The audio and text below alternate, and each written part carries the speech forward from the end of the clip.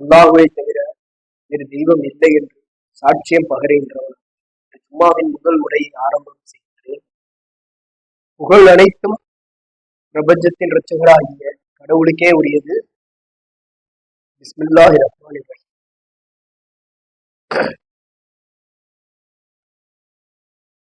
கடவுள்தான் புகழுக்குரியவர். கடவுள் மட்டுமே புகழுக்குரியவரா இருக்கார். யாரும் யாரும் எதையும் செய்வதில்லை, எதையுமே செய்யறதில்லை. கடவுள் மட்டுமே அனைத்தையும் செய்யக்கூடியவரா இருக்கிறாரு. அதனாலதான் அவர் புகழுக்குரியவரா இருக்கிறார்.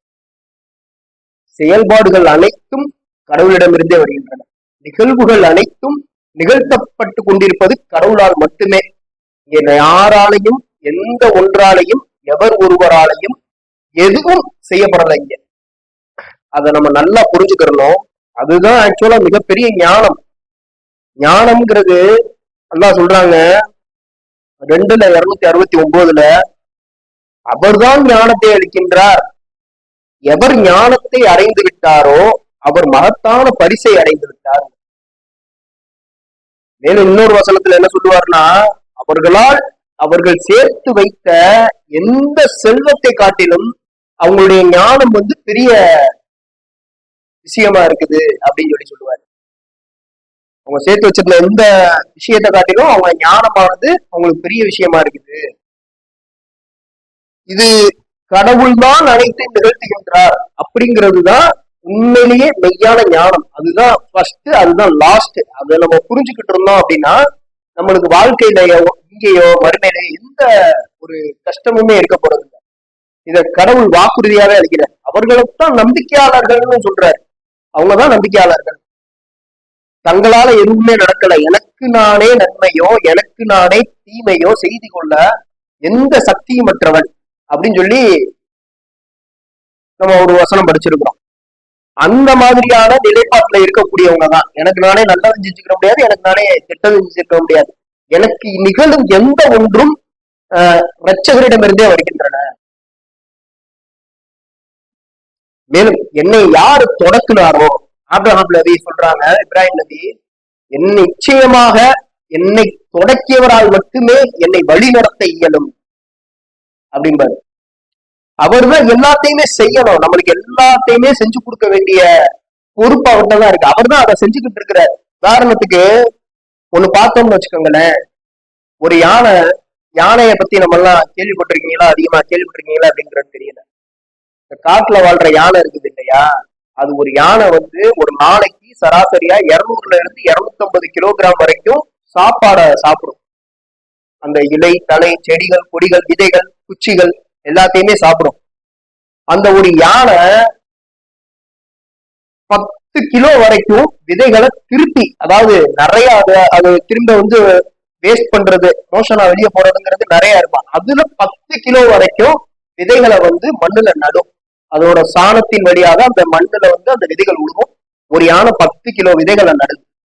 அது மாதிரி ஒவ்வொரு யானையும் எவ்வளவுன்றத கணக்கு போட்டுக்காங்க. அது மாதிரி ஒவ்வொரு யானையும் செஞ்சிச்சு அப்படின்னா ஒரு பெரிய காட்டையும் உருவாக்கிடும். மனிதர்களால செய்ய முடியாது அவ்வளவு சீக்கிரம். அதுக்கு ஒரு பெரும் பொருட்செலவு தேவைப்படும். யானைகள் அதை இயல்பாவே செஞ்சுக்கிட்டு இருக்கு. இந்த யானைகள் தான் இப்படி செய்யுதுங்கிறதா? ஆக்சுவலா அதுக்கு பசிக்குது, சாப்பிடுது, கழிவா வெளியே தள்ளுது, அது விதையா போய் மண்ணுல விழுகுது, அது மரமா வளருது, அது ஒரு காடா உருவாகுது. கரெக்டா?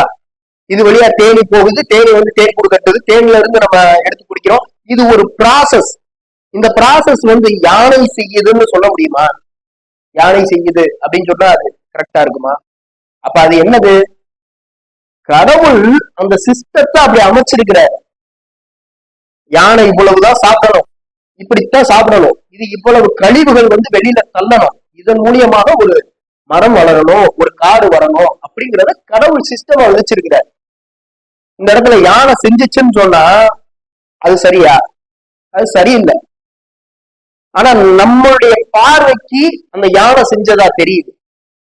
ஆனா ஞானம் உண்மையிலே கடவுள், இப்ப நான் சொன்னேன் இல்லையா, ஞானத்தை அடைஞ்சவங்க ஒரு மாபெரும் பரிசு அடைஞ்சிட்டாங்கன்னு சொல்றாங்கல்ல, அவங்க எல்லாம் எப்படி யோசிப்பாங்க அப்படின்னா, இது கடவுளுடைய சிஸ்டம் இப்படி இருக்குது அப்படிங்கிறது தான் அவங்களுக்கு ஃபர்ஸ்ட் வரும்.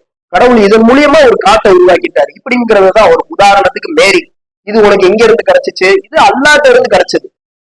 இந்த வாழ்வாதாரம் வந்து உனக்கு எங்க இருந்து கிடைச்சது? இது கடவுள்கிட்ட இருந்து கிடைச்சது. இதுதான் ஞானம். இது ரொம்ப ரொம்ப முக்கியம் வாழ்க்கைக்கு. இந்த ஞானம் கடவுள் கொடுக்கல, அதை ஏன் மாபெரும் பரிசு அப்படிங்கிறாருன்னா, இந்த ஞானத்தை கடவுள் கொடுக்கல அப்படின்னா நம்ம இந்த உடம்பதான் நாம நினைச்சுக்கிட்டு வாழுவோம்.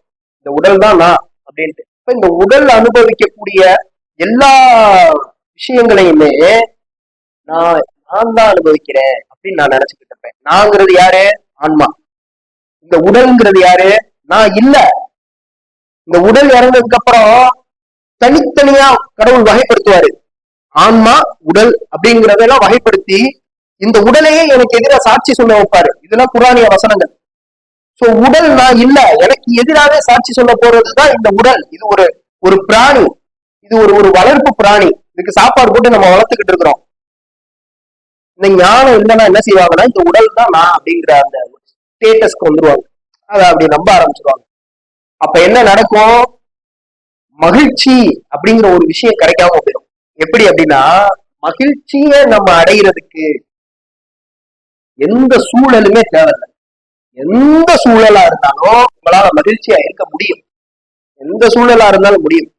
அது எப்படி முடியும்னா, கடவுள் சொல்றாரு இல்லையா, ஞானத்தை அடைகின்ற எவரும் ஒரு மகத்தான பரிசை அடைகின்றனர். அதுதான் அந்த ஞானத்தின் மூலியமாக இது ஆன்மா, இது நான் இல்ல அப்படிங்கிறத உணர்றதன் மூலியமா. ஞானம் இருந்தா தான் இதெல்லாம் நம்மளுக்கு தெரியும். ஃபர்ஸ்ட் நான் இல்ல, இது என் உடம்புதான், இந்த கஷ்டத்தை எல்லாம் அனுபவிக்கிறது என் உடம்புதான், என் ஆன்மா கிடையாதுங்கிற விஷயம்னா அப்பதான் தெரியும்.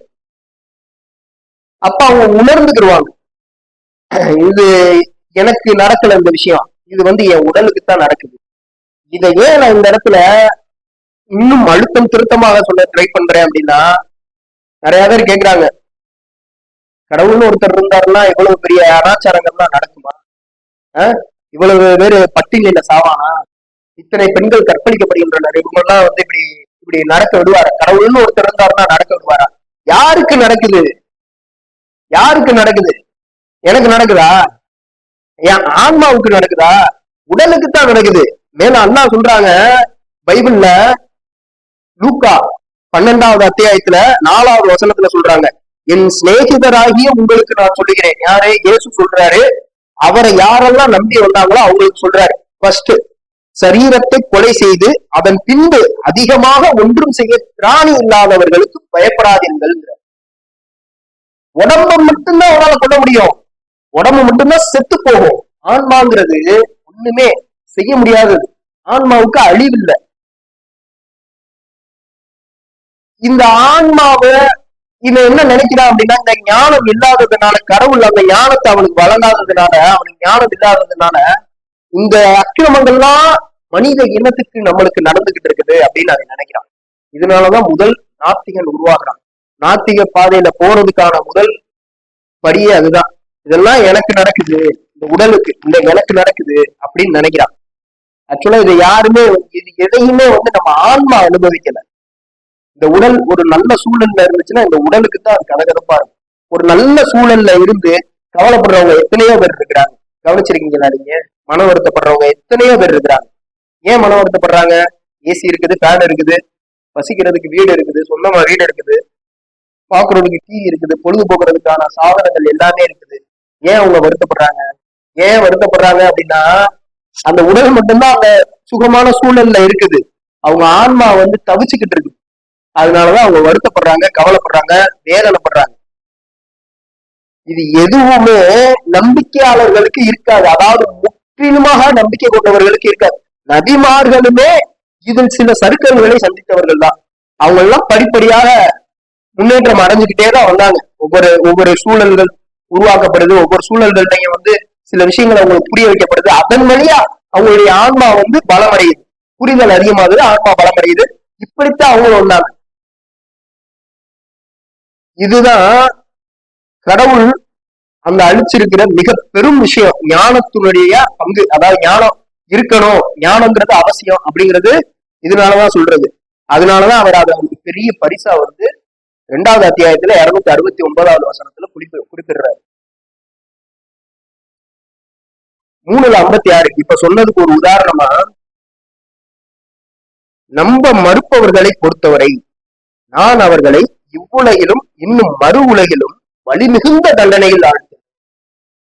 அவர்களுக்கு உதவியாளர்கள் எவரும் இல்லை. நம்ப மறுப்பவர்களை பொறுத்தவரை நான் அவர்களை உலகிலும் மேலும் மறு உலகிலும் வழி மிகுந்த தண்டனையில் ஆழ்த்துவேன். மேரியின் மகன் மெசையாதான் கடவுள் என்று கூறுபவர்கள் உண்மையாகவே நாத்திகர்களாகவே இருக்கின்றனர். நாத்திகர்கள் தான் யாரு? நம்ப மறுப்பவர்கள். இப்ப மேரியின் மகன் மெசையாதான் கடவுள்னு சொல்றவங்க தான் அமெரிக்காவில பெரும்பாலும் இருக்கிறாங்க. அவங்க ஒரு நல்ல வல்லரசு நாடு. ஆனா அல்லாஹ் என்ன சொல்றாரு அப்படின்னா, அவங்களெல்லாம் நான் வழியில ஆழ்த்துவேங்கிறாரு. அவங்க எல்லாம் இப்ப வழியை அனுபவிச்சுக்கிட்டு இருக்கிறாங்கிறாரு. நம்மளுக்கு ஆனா பார்க்க எப்படி தெரியுது? அவன் ஒரு பெரிய வல்லரசு நாடு, அவன் ரொம்ப சந்தோஷமா இருக்கிறாங்கிற மாதிரி தெரியுது. கரெக்டா? அதுதான் உண்மை இல்லைங்கிறாரு. அதெல்லாம் உண்மை இல்லை. அவங்களுடைய வலியும் வேதனையும் அந்த ஒரு ஆன்மாவுக்கும் கடவுளுக்கும் மட்டுமே தெரிஞ்ச விஷயம். யாராலையும் அதை வேறு வெளியில இருந்து பாக்குறவங்களாலேயோ வெளியில அவங்கள்ட்ட பேசுறவங்களாலேயோ அதை உணர்ந்துக்கிற முடியாது.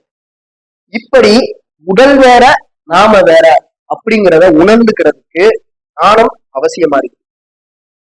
மேலும் அவருதான் எல்லா புகழுக்கும் உரியவர் அப்படிங்கிறத நம்ம புரிஞ்சுக்கிறதுக்கு புகழ் அவசியமா, ஞானம் அவசியமா இருக்கு. ஒரு கரையான் புத்துலாம் பார்த்தோம்னா அந்த கரையானுக்கு எல்லாம் எங்க இருந்து அந்த அறிவு வந்துச்சு?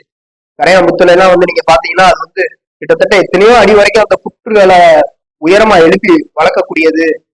கட்டிடும், அந்த கரையான் கட்டிடும். அத்தனை ஹைட்டுக்கு கூட அந்த புத்தை கட்டிடும்னு வச்சுக்கோங்க. அந்த புத்துக்குள்ள பாத்தீங்கன்னா தனித்தனி அறைகள் இருக்கும்.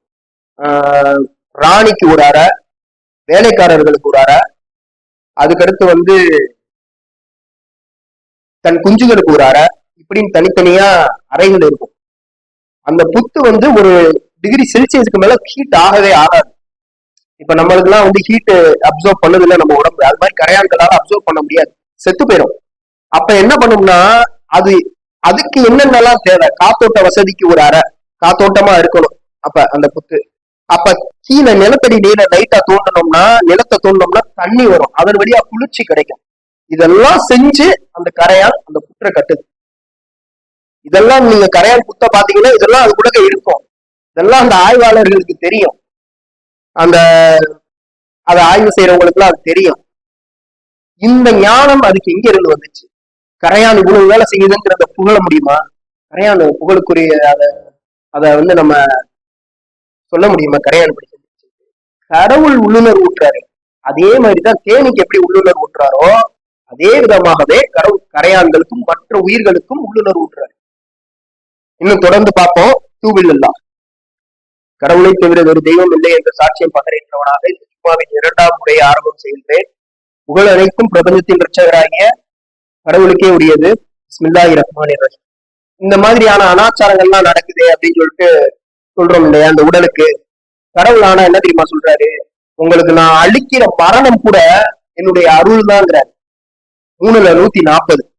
நீங்கள் கஷ்டத்தை அனுபவித்தால் பகைவரும் இதே போன்ற கஷ்டத்தை அனுபவிக்கவே செய்யும். வெற்றி மற்றும் தோல்வியின் நாட்களை நாம் தான் மக்கள் மத்தியில் மாறி மாறி வரச் செய்கின்றோம். கடவுள் இவ்விதமாக உண்மையான நம்பிக்கையாளர்களை சிறப்பித்து அடையாளம் காட்டுகின்றார். மேலும் உங்களில் சிலருக்கு வீர மரணம் கொண்டு அருள்பாலிக்கின்றார். அநீதமானோரை கடவுள் அந்த வீர மரணம் சாவு கூட அவர்கிட்ட இருந்து வரக்கூடிய ஒரு அருள் தான், கடவுள்கிட்ட இருந்து வரக்கூடிய ஒரு கிரேஸ் அப்படின்னு சொல்றாரு.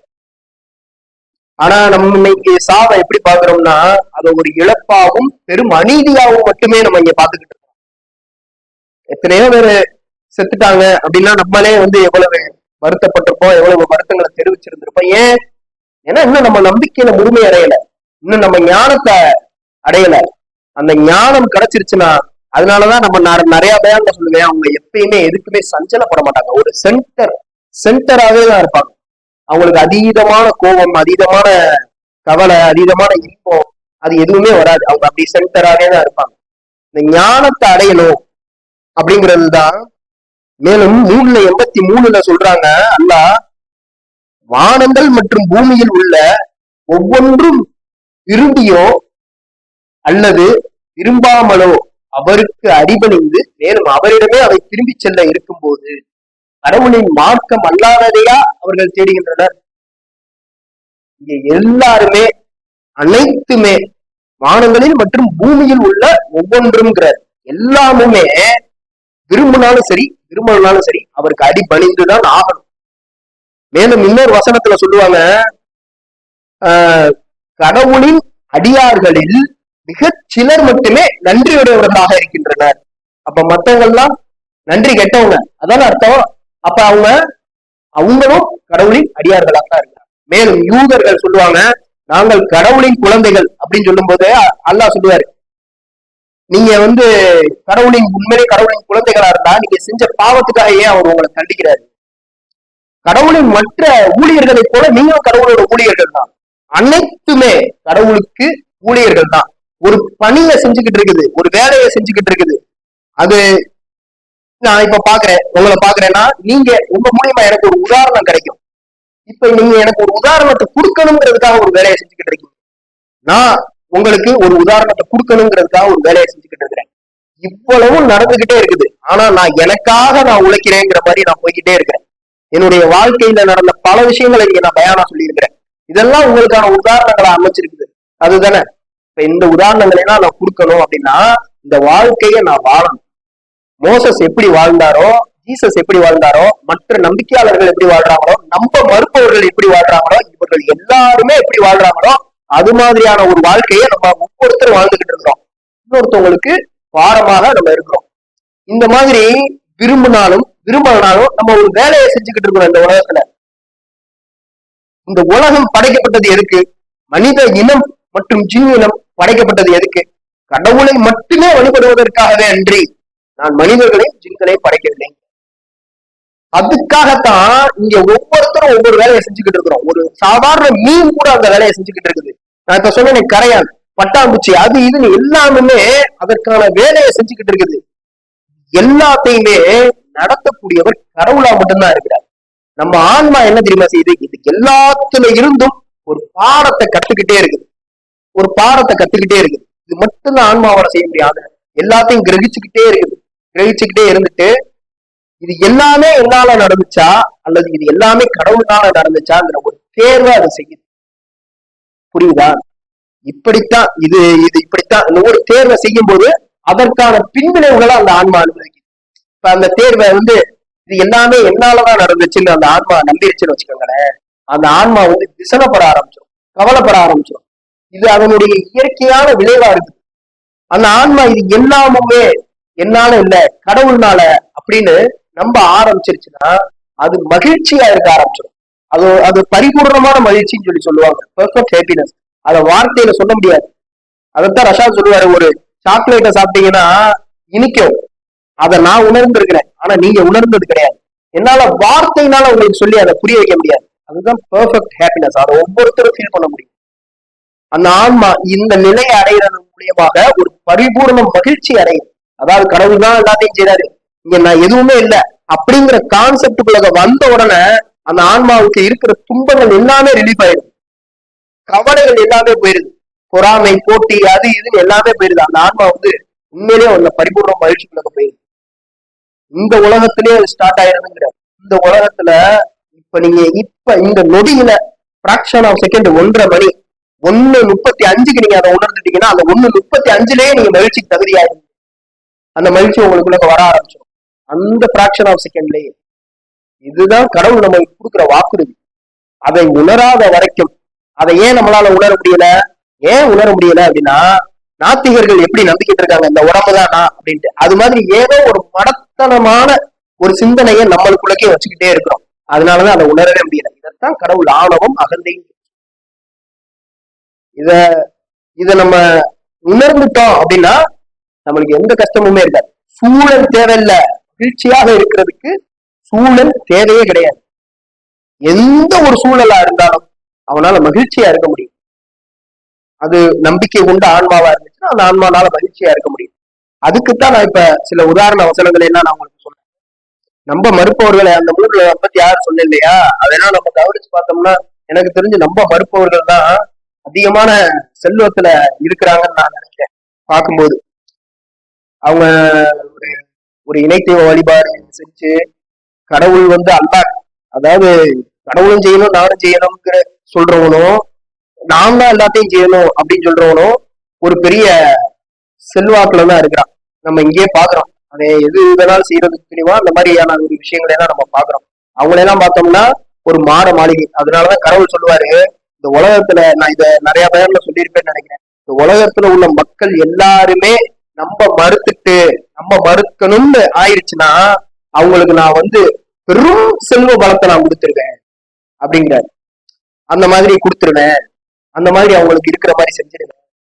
ஏன் நான் செய்யல அப்படின்னா, அதுக்குள்ள நம்பிக்கையாளர்களான நம்பிக்கையாளர்கள் இருக்கிறாங்க இல்லையா, அவங்க எல்லாம் இருக்கிறாங்க, அவங்க எல்லாம் இதை பார்த்து விரக்தி அடைஞ்சிடக்கூடாது, அவங்க எல்லாம் இதை பார்த்து சரிக்கிற கூடாதுங்கிறதுக்காக அவங்களுக்கு நான் அப்படி கொடுக்கல அப்படிங்கிற மாதிரி. அந்த மாதிரியான ஒரு சூழல்ல இருக்கும்போது நம்ம நினைக்கிறோம், அந்த மாதிரியான ஒரு சூழல்ல இருந்துட்டா சந்தோஷமா இருந்துடலாம் அதுக்காகத்தானே நம்ம வாழ்க்கையில ஓடிக்கிட்டே இருக்கிறோம். காசு பணத்தை சேர்க்கணும், என்னுடைய வியாபாரத்துல நான் சக்சஸ் பண்ணணும், என்னுடைய தொழில்ல நான் சக்சஸ் பண்ணணும். ஏன் தோல்வியில கூட உன்னால சந்தோஷமா இருக்க முடியும்ல? அப்ப கடவுளே நீங்க என்ன நாடுறீங்களோ அதை எனக்கு கொடுங்க அப்படின்னு சொல்லி அவர்கிட்ட முழுசா ஒப்படைச்சிட்டு போயிடலாம்ல. ஆனாலும் செய்ய மாட்டோம். ஏன் அப்படின்னா அந்த விஷயம் நம்மளுக்கு இன்னும் கிடைக்கல. இன்ஷா அல்லாஹ் இந்த பரிபூரண மகிழ்ச்சிக்காக கடவுள்கிட்ட பிரார்த்தனை செய்யணும் நம்ம அப்படின்னு சொல்லிட்டு இந்த ஜும்மாவை முடிச்சுக்கிறேன். அக்கிமு ஸலாத்.